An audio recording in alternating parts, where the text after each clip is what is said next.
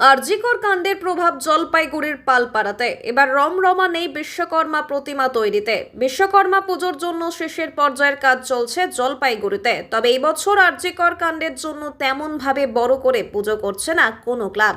সেই কারণেই প্রতিমা তৈরির বায়নাও মিলছে না। তাই কিছুটা চিন্তার ভাঁজ মৃৎশিল্পীদের কপালে।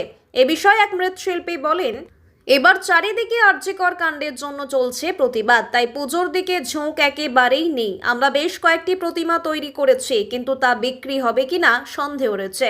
আমাদের হাতের তৈরি প্রতিমার চাহিদাও এবার তেমন ভাবে নেই। এর পাশাপাশি প্রতিমা তৈরির সরঞ্জামের দামও অনেকটাই বেড়েছে। সব মিলিয়ে এবার বিশ্বকর্মা পুজোর বাজার তেমন ভাবে জমে ওঠেনি।